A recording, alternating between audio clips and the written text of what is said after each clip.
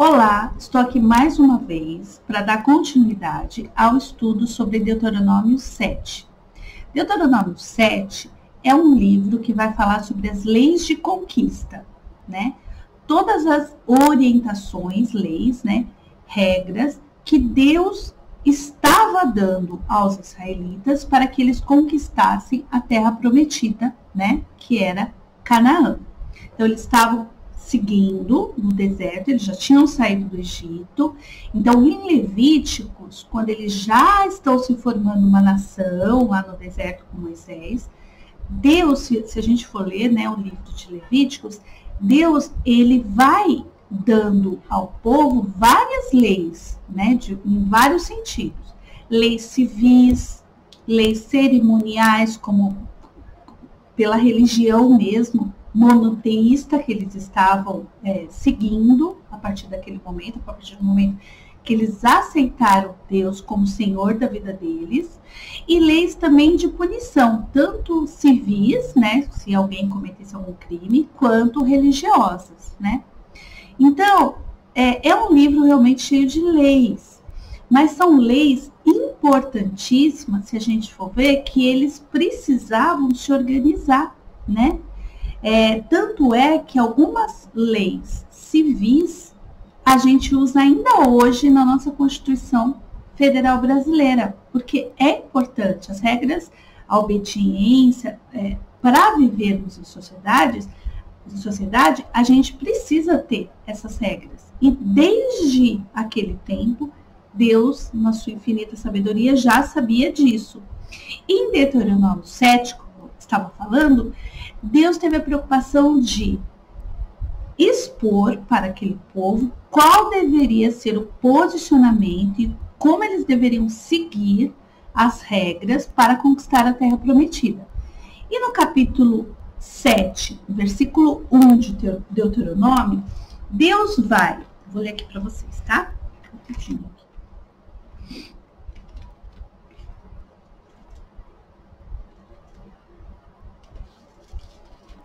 Aqui em Deuteronômio 7, versículo 1, em Deuteronômio 7, versículo 1, Deus vai dizer que Ele próprio expulsaria de diante de ti, da nação israelita, nações muito mais numerosas que eles.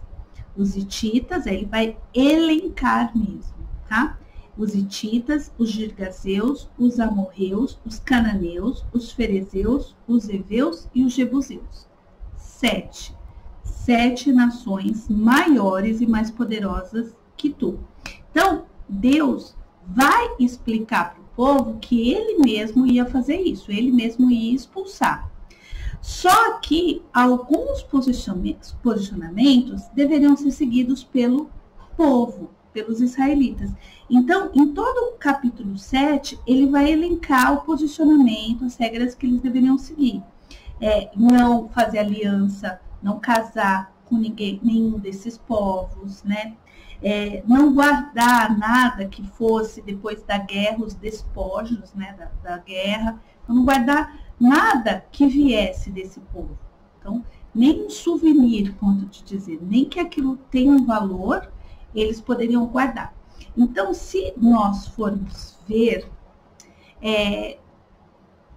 a travessia do povo, dos israelitas no deserto, tem muito a ver com a nossa travessia na terra até a nossa salvação eterna. Então, eles caminhavam no deserto rumo a Canaã e a gente caminha como peregrinos nessa terra rumo à salvação eterna, a Nova Jerusalém. Então, há muitas semelhanças. Eu vou colocar aqui na legenda um capítulo em que Paulo cita toda essa comparação, né? E todas as semelhanças. Então, assim como eles passaram no Jordão, nós passamos pelo batismo em águas. Então, há muitas semelhanças, né? Muitos pontos. E o que acontece? Deus, ele, na sua infinita sabedoria, ele deixou o Velho Testamento, que às vezes a gente não dá muita importância, por ser algo que já passou faz tempo, mas que ele traz referências para que a gente não erre tanto, né? Porque a gente, assim como eles, também está almejando uma terra prometida, que Deus falou, que é a salvação eterna. Então, para a gente não errar tanto, a gente vê o erro deles, aprende. Sabe o homem que aprende com o erro dos outros, né? Há uma citação que diz isso. Então, é muito mais fácil. Que bom que Deus nos deixou o Velho Testamento para que a gente use de referência para a nossa vida hoje. Então, esses 7 povos que Deus havia mandado os israelitas destruir, ele mesmo ia fazer a parte dele. Deus ia fazer a parte dele, mas os israelitas teriam que fazer a parte deles também, né? Não fazendo aliança. Depois eu vou ver se eu faço um estudo só sobre o Deuteronômio 7, que também é importante. Mas o que eu tenho feito? Eu tenho feito um estudo sobre estes povos. Então, se eu não me engano, no outro vídeo eu falei sobre os Girgazeus e hoje eu vou falar sobre os Jebuseus, que é um outro povo. Porque nós, hoje em 2020, estamos ainda um povo que viveu há tanto tempo atrás, né? Porque eles tinham uma tendência, por isso que Deus pediu para que eles fossem destruídos. Deus não destruía qualquer povo. Em Gênesis 15:16, se eu não me engano, mas eu vou colocar aqui na legenda, Deus diz que ele destrói o povo, que a maldade ele não tolera mais. O povo que é mal, porque a gente é mal, gente. A gente é mal. A gente nasce já com a tendência do erro. Mas quando aquela maldade chega a transbordar, Deus não suporta mais, não tolera. E aí ele manda destruir. Então, em Gênesis 15:16, Deus cita isso. E esses 7 povos já havia atingido esse transbordamento da paciência de Deus. Então, eles precisavam ser destruídos. Tanto é que não estão citados aqui, por exemplo, outros povos, né? Os filisteus não estão citados aqui, porque eram maus. Se entravam em confronto com o povo de Deus, entrava em confronto com o povo de Deus. Mas a tolerância e a maldade e a contaminação com o povo de Deus, ainda Deus estava paciente, porque a misericórdia do Senhor, graças a Deus, se renova a cada manhã, né? Então, hoje eu vou falar dos Jebuseus, que é esse povo que Deus mandou destruir. Então, se Deus mandou destruir, hoje a tendência deles, que eles continuam, não fisicamente, mas espiritualmente agindo na gente, em mim. Então, a gente precisa aprender a detectar e expulsar, destruir, tomar esse posicionamento aqui, que os israelitas tomaram, tá? Então, eu vou falar, né, sobre 2 histórias em que os Jebuseus aparecem no Velho Testamento. Coincidentemente, essas 2 histórias têm Davi, né, que foi o rei de Israel, e então quero que vocês prestem atenção. Por quê? Porque diante dessas histórias vai aparecer alguns posicionamentos dos Jebuseus. Então a gente vai ficar entendendo como é que eles continuam agindo hoje, tá bom? A primeira história está em 2 Samuel 5, do versículo 6, na verdade o capítulo 5, né, que vai contar. Eu vou dar uma resumida aqui. Então, Davi, ele tinha acabado de se tornar rei. Saul tinha falecido e ele se tornou rei. E a gente sabe que Davi sofreu bastante. Ele foi, inclusive, perseguido por Saul. Diante de ter se tornado rei de Israel, ele tem um sonho, né? Porque ele nunca deixou de sonhar. Diante de todas as perseguições, até o filho perseguiu ele, enfim, as aflições não tiraram a vontade de Davi de sonhar. Isso é uma coisa que a gente pode aprender com ele. Porque muitas vezes, diante das frustrações, das tristezas, da depressão, a gente tende a não sonhar mais. E o sonho é um atributo do ser humano, né? Deus, ele realiza esses sonhos. Mas a gente precisa sonhar, até para viver. É muito importante. Não é só a religião que fala isso, né? Estudos psíquicos dizem isso, que a pessoa que para de sonhar é uma pessoa que tem uma tendência de se paralisar. né? A gente precisa ter esses sonhos. E ele sonhou. Ele teve o sonho de fazer uma capital do seu governo. Sonho ótimo, maravilha. Você e eu poderíamos pensar, que ótimo, fácil, rápido, indolor. Mas não foi bem assim que aconteceu. Porque o sonho dele era fazer a capital do governo dele no terreno dos Jebuseus, que era uma cidade chamada Jebus, totalmente fortificada, murada, cheia de portas intransponíveis. Porque geralmente o cristão, pela nossa fé, graças a Deus, a gente tem sonhos, geralmente são difíceis, né? Não impossíveis, porque Deus, ele vai alinhando, né? A vontade dele com a nossa, a gente fica em sintonia e acontece e a gente se realiza. Mas Jebuseus eram esse povo aí, esse povo totalmente fortificado, potente, e ele queria o governo dele nessa cidade. Quando o rei dos Jebuseus ficou sabendo do sonho de Davi, ele mandou um recado que eu vou ler aqui para vocês. Ele diz assim, tudo isso está no capítulo 5, tá? Eu vou pôr na legenda qual é o versículo que eu tô lendo. Ele diz assim, ó, não conseguirás entrar nessa cidade, e até mesmo os cegos e os aleijados são capazes de te impedir. Então, ele poderia ter ido lá e confrontar Davi. Você está querendo entrar na minha cidade? Né? Mas ele não fez. Ele mandou esse recado aí para humilhar, para pisar em Davi. Vocês conhecem pessoas, não precisa falar o nome, tá? Alto aí. Mas eu conheço pessoas que às vezes elas entram em competição, que seria um tipo de confronto, né? Conosco. E às vezes, por elas se sentirem inferiores, talvez seja esse o caso dos Jebuseus, diante de Davi. Eles tentam fazer com que a outra pessoa se sinta inferior, igual eles acham que a pessoa é superior. Então eles falam assim, vou humilhá-la, fazer bullying com ela, até ela se tornar ou parecida comigo, ou inferior, e ela desista de competir comigo, desista de entrar nesse confronto comigo. Então, é uma estratégia? É uma estratégia, né? E tem a ver com o espírito hoje dos Jebuseus, que naquela época era um povo, hoje é um espírito. Então, eles falaram isso para Davi. Só que Davi, diante de tudo que Davi, enfim, fez, ele era um homem de muita fé e ele não se dobrou, não. Ele vai tentar conquistar essa cidade, só que ele acaba não conquistando, porque realmente era muito difícil. E ele conquista uma cidade vizinha ali, né? Vizinha aos Jebuseus. Então ele fica ali. Era o sonho dele? Não era o sonho dele.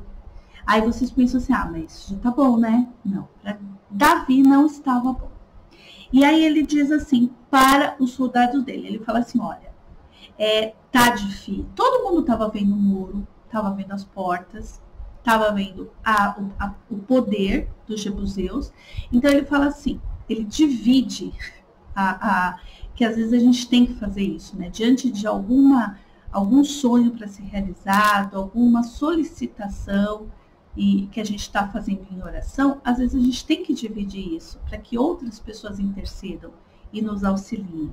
E ele faz isso, ele divide esse sonho, essa vontade que ele tem, com as pessoas do exército dele. Ele fala assim, olha, eu quero conquistar o território dos Jebuseus. O homem que conseguir fazer isso para mim, né, tiver essa estratégia, eu vou colocá-lo no cargo de primeiro comandante do meu exército.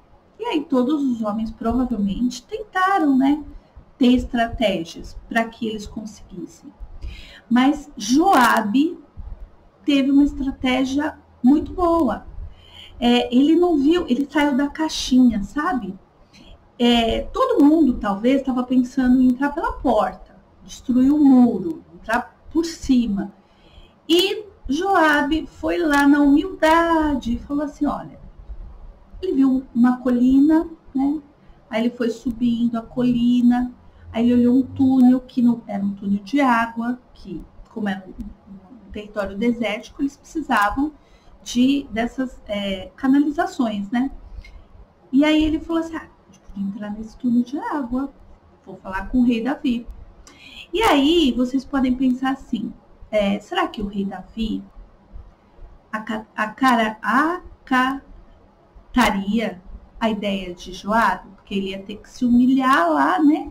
Vou ter que entrar num túnel de água? Eu não, vou entrar com a arma potente, vou tentar de novo, vou conseguir? Não.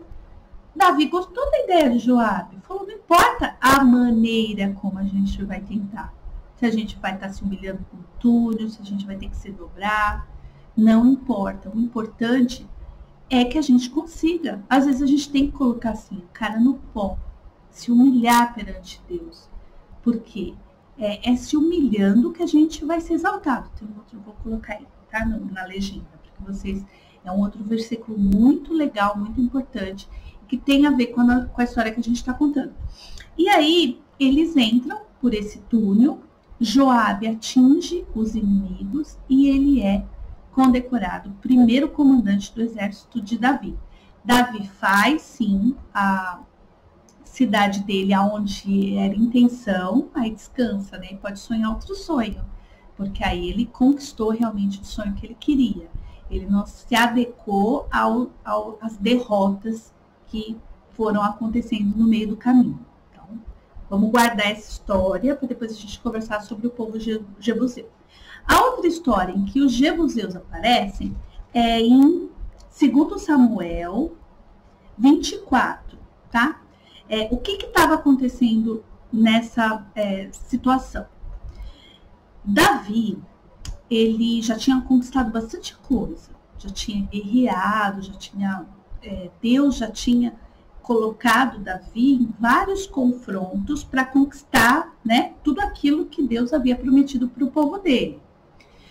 Só que Deus agora não queria mais esse período de guerra, de confronto, de aquisição.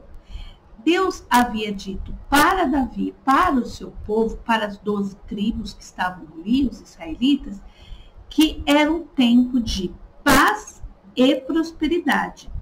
Que aquele outro tempo de guerra e de justiça, Deus havia dado um basta. Então agora era um tempo de paz e prosperidade. Só que o que acontece? Deus falou isso, só que Davi estava ali acho que no calor do momento, né? Vindo de várias guerras. Então não é que que a gente sabe, que eu vou falar para vocês, é isso. Se a gente vê toda a história de Davi, a gente sabe que teve muitos altos, mas não é assim. A história de Davi não é assim, porque todo mundo né? A história de Davi parece que é comigo. É assim, lá no topo, sentado, tomando chá com Deus, e lá fazendo tudo que Deus mais despreza.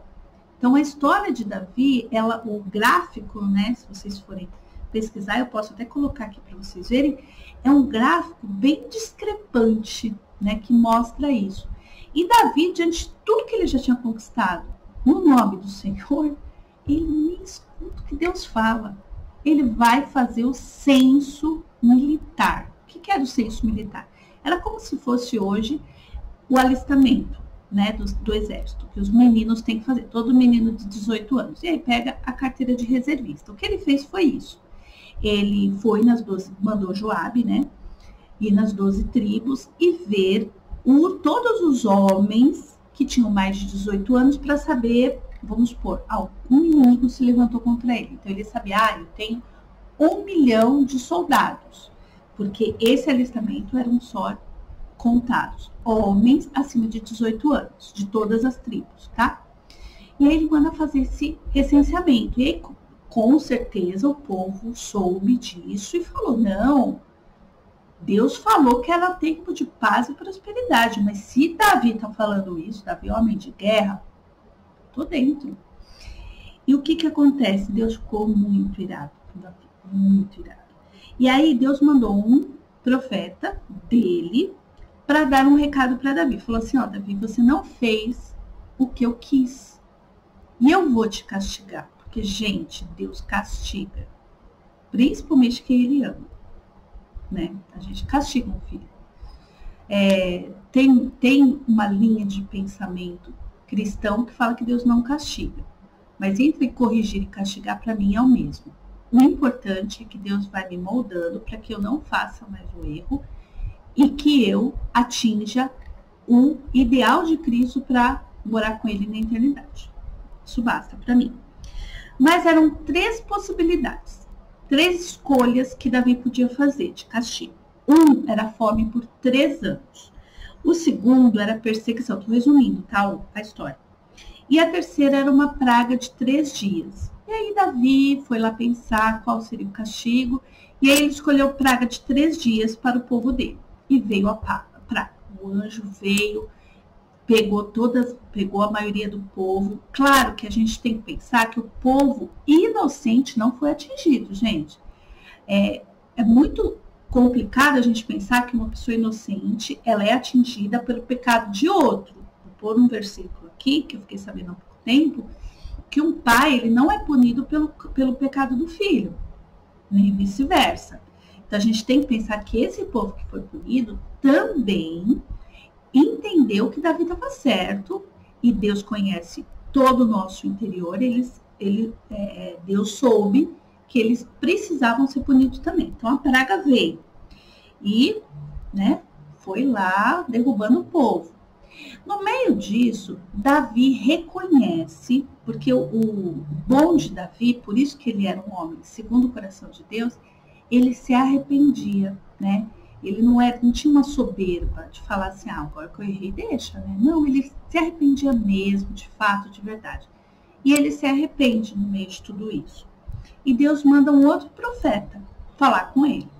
E aí o profeta chega para ele e fala assim, olha, Davi, você, para mostrar que está arrependido de fato e de verdade do que você fez, você vai ter que ir no terreno de um senhor chamado Araúna, que mora ali, naquele lugar, e você vai ter que levantar lá um altar e fazer um sacrifício. E aí, Deus vai receber o seu sacrifício. Porque, né, vocês vão saber por quê. Eu vou continuar. E aí, quando ele vai chegando na casa desse Araúna, que era um jebuseu, por isso que eu estou contando essa história. Esse Araúna vê o rei chegando na propriedade dele. Aí vocês pensam assim, ele falou a mesma coisa, né? Porque era um jebuseu. Não, ele falou o contrário, porque agora o Davi estava numa outra posição. Ele estava na posição querendo entrar no muro. Ele estava já dentro do muro, com a cidade dele. Então ele estava numa outra posição. Araúna chegou perto de Davi, se humilhou e falou assim, vou até ler para vocês. Ele disse dessa forma: o que desejas, meu senhor e rei, de teu servo? Se colocou como servo de Davi.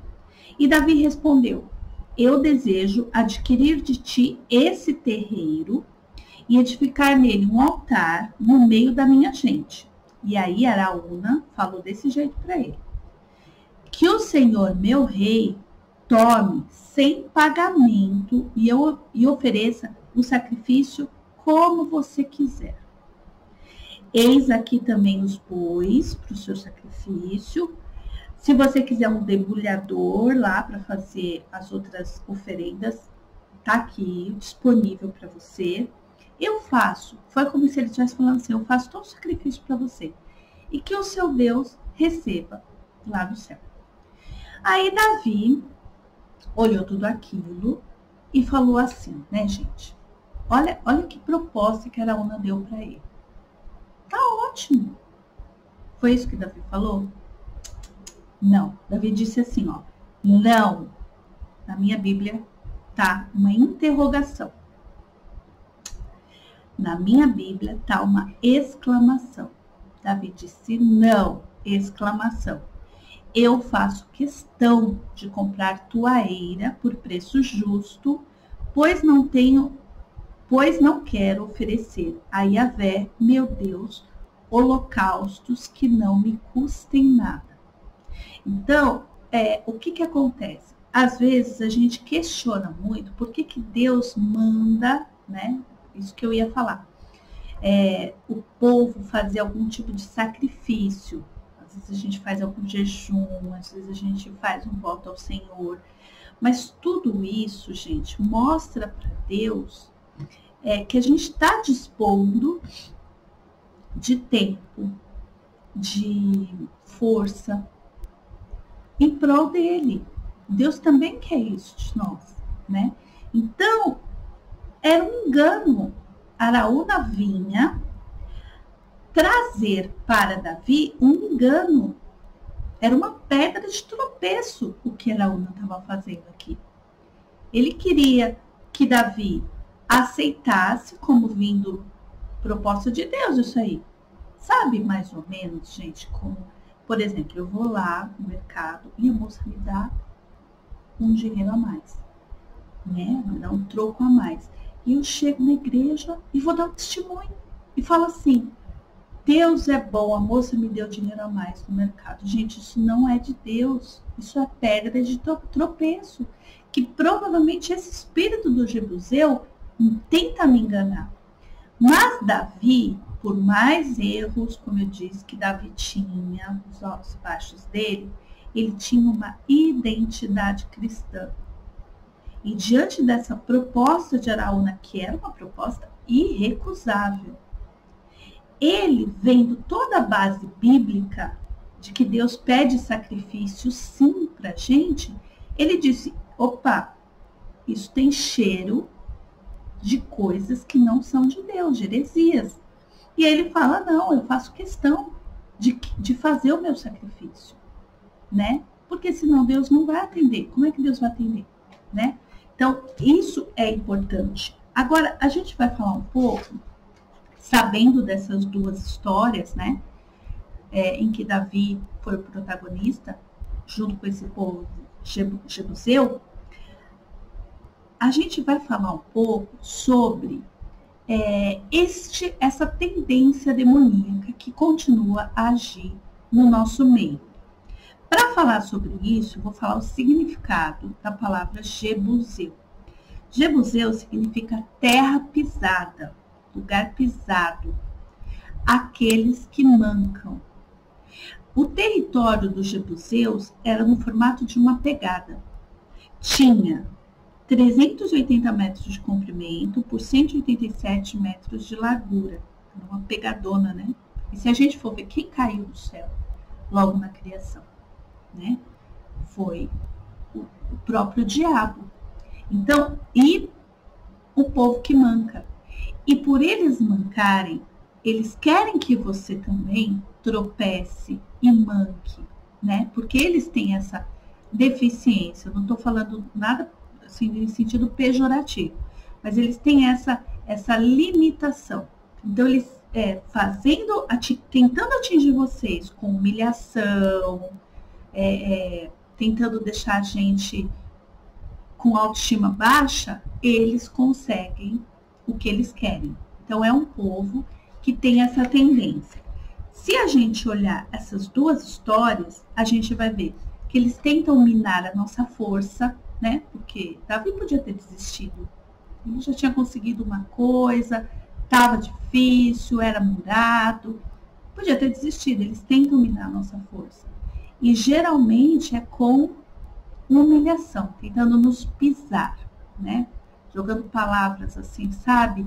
Que vão nos deteriorando por dentro. A gente vai se sentindo inseguro. Todas essas situações. Eles também nos causam medo, porque eles têm medo. Então, eles tentam nos causar medo. Tanto é que eles têm medo, que quando Araúna estava sozinho, ele já tratou Davi como uma forma diferente, né? Isso mostra que eles têm medo. E quando eles falaram assim, quero ver ele entrar aqui. Eles, na verdade, que eles estavam morrendo de medo, querendo que Davi se sentisse amedrontado para que nem tentasse, porque eles estavam amedrontados, sim. Levam-nos ao desânimo. Eles querem isso, eles querem que a gente desista sem confronto. Porque se a gente desistir sem competir, eles estão livres de perder. né? Então, eles tentam fazer isso, nos humilhar para que a gente nem tente.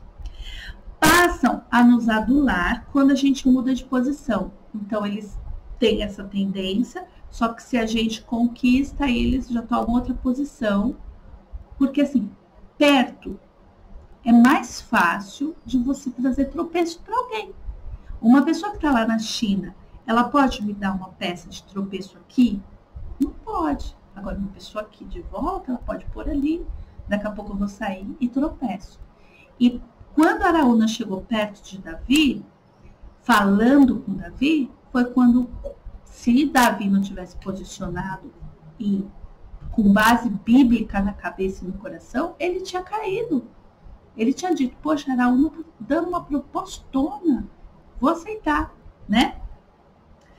E nos intimidam para que a gente, como eu disse, já desista antes de competir. Então, esse é o espírito dos jebuseus, tá? Que a gente precisa, agora que a gente já sabe, né, detectar que essa tendência não é de Deus, essa tendência é uma tendência demoníaca que nos ronda. Olha quantas vezes na minha vida de 43 anos eu já não tive, 45 anos, eu já não tive eu não tive contato com esse tipo de espírito. Tive contato. E às vezes não aprendi a lutar contra eles. Como a gente poderia, através dessas histórias, saber como vencer o espírito do jebuseu? A gente olhando essas duas histórias que a gente ouviu. Persistência e posicionamento, gente.